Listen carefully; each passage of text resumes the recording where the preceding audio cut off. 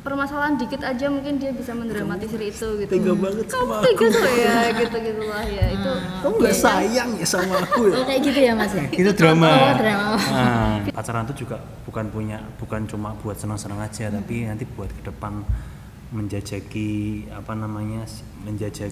sifatnya dia gimana sih untuk menjajaki ke jenjang yang lebih serius enggak?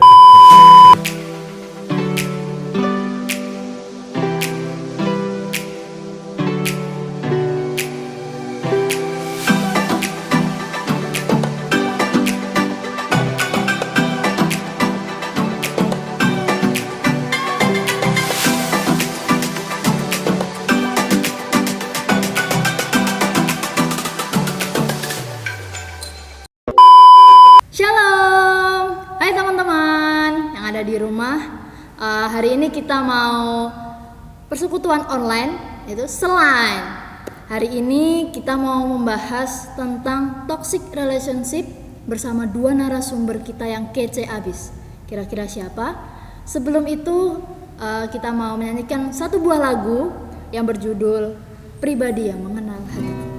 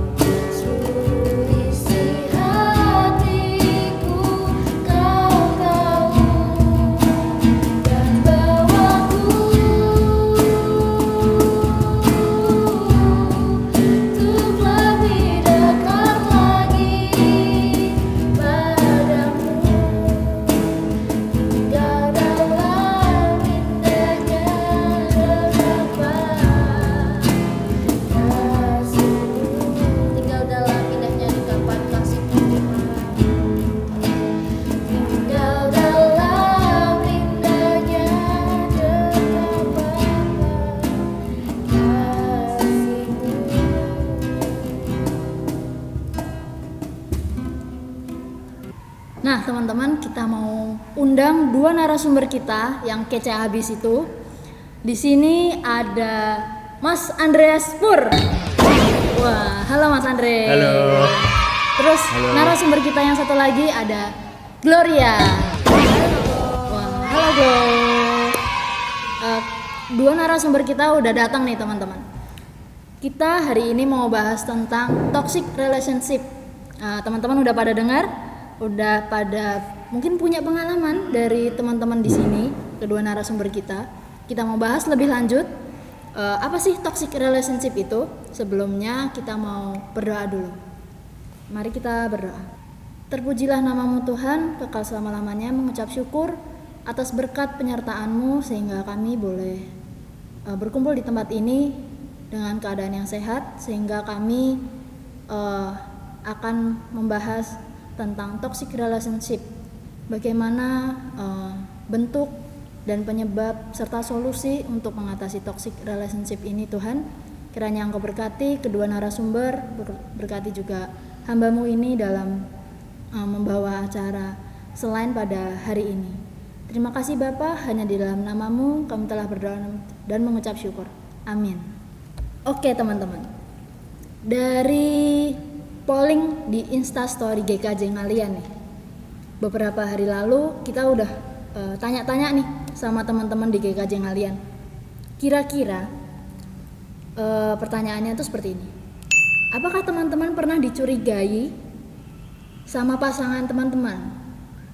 Terus jawabnya tuh pernah 56% dan gak pernahnya 44%. Terus ada pertanyaan lain, pernah nggak sih teman-teman itu diatur sama pasangan kalian, diatur-atur terus gitu sama pasangan kalian? Itu teman-teman menjawab pernah 45% dan tidak pernah 55%. Ada lagi pertanyaan ketiga, itu pernah nggak sih teman-teman itu maunya di ngertiin terus? Kita sebagai pribadi itu maunya di ngertiin terus, kita menuntut pasangan kita untuk mengerti apa yang kita mau. Nah, itu pernahnya 30% dan enggak pernahnya 70%. Menurut Mas Andreas Purni sebagai pasangan, sebagai narasumber yang sudah menikah, ya Mas, selama berapa tahun Mas? Hampir 3 tahun. Hampir 3 tahun. Itu pernah nggak sih mengalami toxic relationship seperti itu? Dicurigai, menuntut, dituntut, kayak gitu-gitu. Kalau saya pribadi, sebenarnya ini tema yang menarik ya, toxic relationship ya. Karena banyak sekali terjadi di kalangan muda-mudi. Iya, betul. Muda-mudi, bahkan remaja juga. Wah, itu kok udah mulai gitu ya. mungkin kalau kata-kata kalian sekarang namanya bucin. Bucin. Bucin itu apa sih Mas? Bucin itu budak cinta. Oh, budak Aku mau nyari cinta. singkatan yang lucu kayak gak ketemu. Bucin. Nah. Bucin. Sebenarnya saya mau cerita sih, cuma kalau yang saya alami secara pribadi sih nggak terlalu ekstrim seperti yang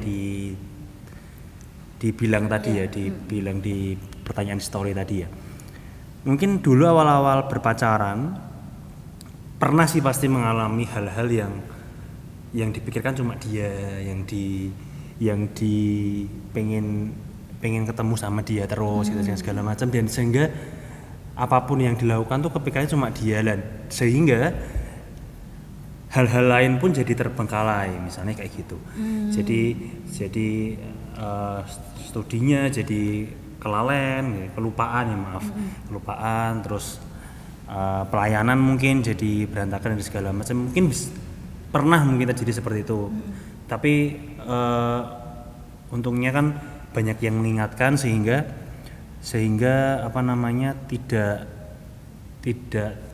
tidak terlalu jauh untuk meninggalkan hal-hal yang lain. Cuma nggak sampai seperti diatur atau menuntut sih, nggak begitu juga. Cuma emang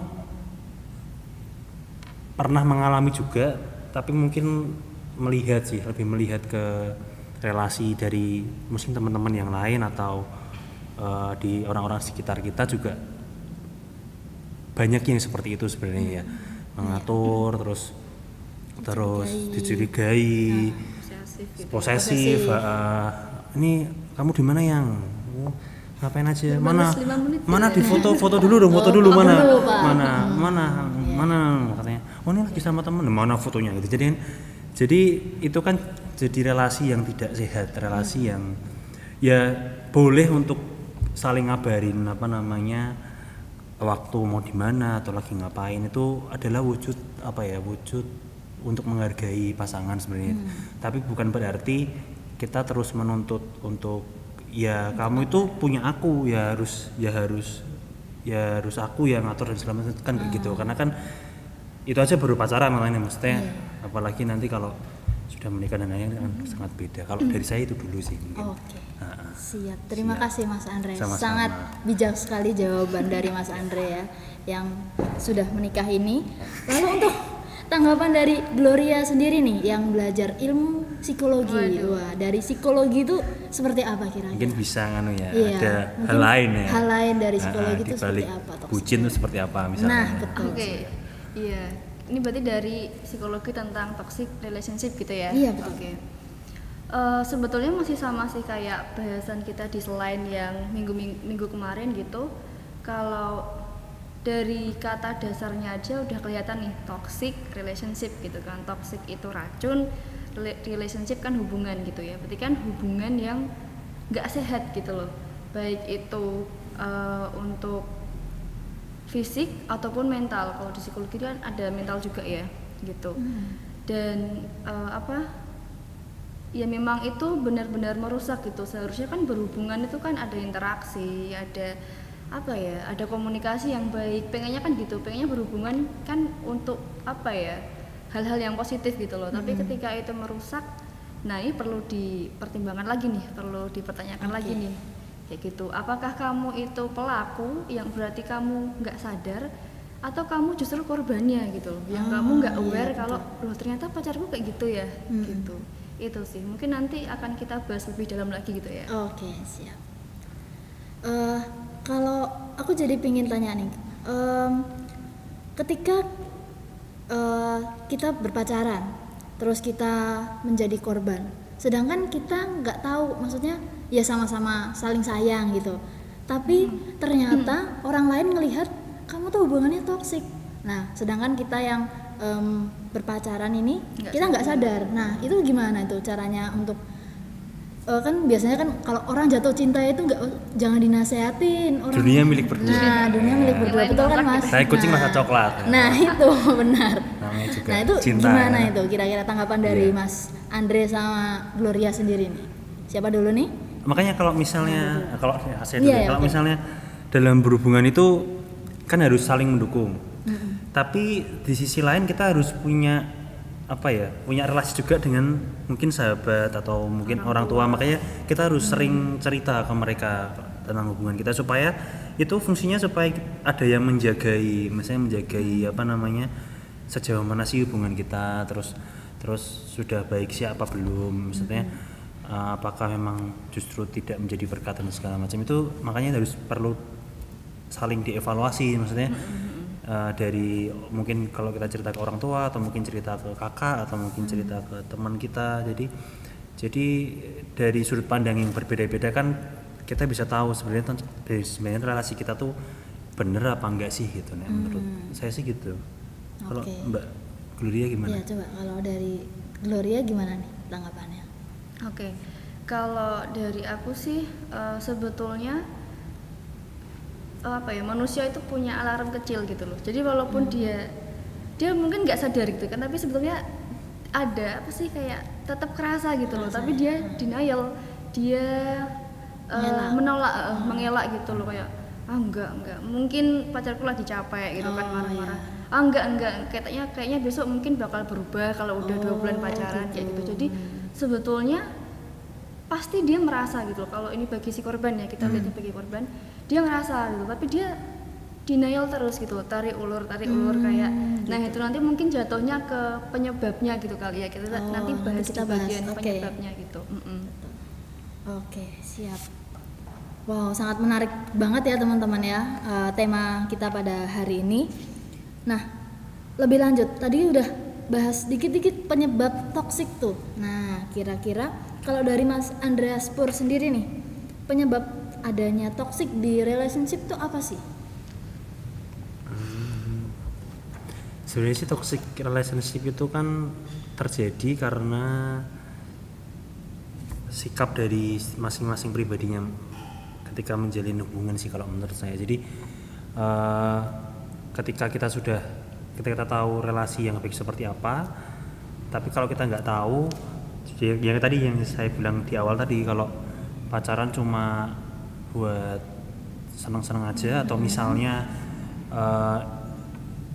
ya tadi kalau saya bilang bucin tadi ya, dunia milik berdua segala macam yang nggak memperdulikan hal-hal lain, itu kan kembali lagi ke, kalau menurut saya sih gimana bisa terjadi ya karena karakternya setiap orang itu sendiri. Jadi setiap kalau misalnya pasangan itu bisa saling mengingatkan sih masih oke, tapi kalau setiap pribadinya dari dua orang ini sama-sama seperti itu, ya mau nggak mau ya akan terjadi toxic relationship. Gitu berarti dari sikap dan karakternya pasangan. masing-masing. Oh gitu, oke. Dari sisi psikologi nih gimana? Oke. Kalau dari aku, dari sepengetahuanku gitu dengan ilmu psikologi itu cukup dari dalam sama dari luar dulu kan gitu ya. Kalau dari luar itu ya dari lingkungan keluarganya, dari teman-temannya gitu, mungkin masih sama dengan bahasan waktu toxic friendship kemarin gitu. Keluarga itu pembentuk utama dari individu kan gitu. Nah, faktor luar itu yang berpengaruh itu keluarga, teman-teman. Jadi itu punya peran paling besar. Jadi ketika maksudnya dalam tanda kutip keluarganya itu sudah toksik gitu, ada kecenderungan buat si anak ini juga toksik gitu loh. Nah, tapi entah dia itu jadi korbannya apa pelakunya kan gitu ya. Teman-temannya juga mungkin juga bisa salah pergaulan, atau kayak mungkin sebetulnya dia udah cerita tapi temennya kayak cuek, kayak lebay, enggak, atau mungkin ya ditanggapinya enggak atau mungkin enggak cuman kamu aja apa gimana kayak gitu ya. Itu kan orang luar tuh tanggapannya kan ada aja lah gitu loh. Nah, kalau dari dalam diri sendiri itu kemungkinan besar dia itu kurang percaya diri itu dulu. Itu mungkin membahas dari karakter yang tadi Mas Andre sempat sebutkan gitu ya. Jadi dia ini kurang pede anaknya gitu. Jadi ketika dia ketemu sama si cowok atau cewek ini, dia merasa safe-nya tuh di sana gitu loh, amannya di sana. Jadi dia malah membentuk kedekatan dan kelekatan tapi yang salah gitu. Gitu. Jadi kayak ya dekat sama lekat itu bagus sih, tapi tetap harus ada porsinya gitu loh. Dan ini negatif atau positif gitu, gitu sih. Tapi benar juga, karena dari sisi misalnya di keluarga ataupun toksik itu kan bisa terjadi kalau misalnya memang dari relasi di keluarga juga mungkin dia ngerasa nggak dapat perhatian nih dari bapak ibu atau dari keluarga, dia nggak dapat perhatian, terus tapi dapat perhatian dari pacarnya, makanya dia mengagung-agungkan pacarnya misalnya gitu ya, misalnya makanya terjadi toksik. Atau bisa jadi lingkungan sekitarnya, misalnya teman-temannya juga melakukan itu, jadi menurut dia hal itu adalah hal yang wajar. Bisa jadi itu juga jadi penyebab juga, bisa benar juga sih.